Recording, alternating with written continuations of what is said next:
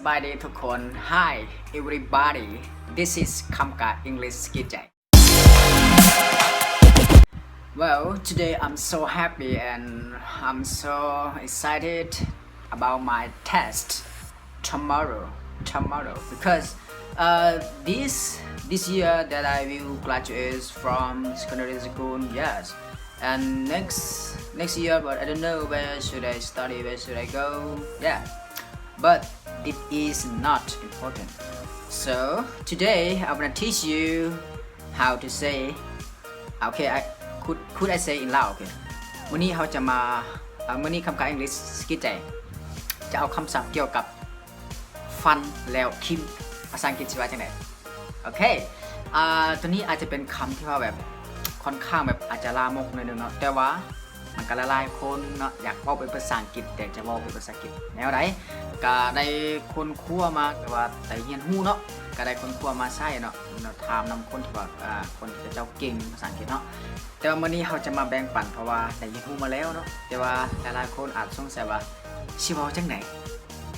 สิเว้าจังได๋ในการที่ว่าแบบฟันแล้วทิ่มเนาะภาษาอังกฤษสิเว้าจังได๋ โอเคคลิปนี้มีคำตอบ ถ้าสิเว้าแล้วฟันแล้วทิ่มฟันแล้วทิมภาษาอังกฤษว่า Done it and leave it Done it and leave it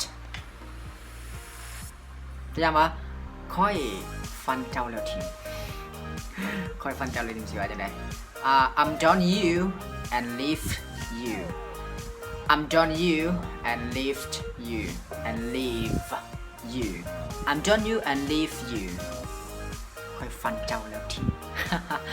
โอเคประมาณนั้นตัวนี้เป็นตัวอย่างซื่อๆเนาะตัวอย่างซื่อถ้าเขาชื่อว่าเจ้าผู้ควรฟันแล้วทิม you shouldn't done her and leave her you should keep her ตัวอย่างว่าเจ้าควรรักษาแล้วประมาณนี้เนาะ you shouldn't done him or done her and leave her or leave him you shouldn't done her or him and leave her or him you should keep them ประมาณนี้เนาะโอเคสำหรับคลิปวันนี้ก็จบลงเพียงเท่านี้เนาะ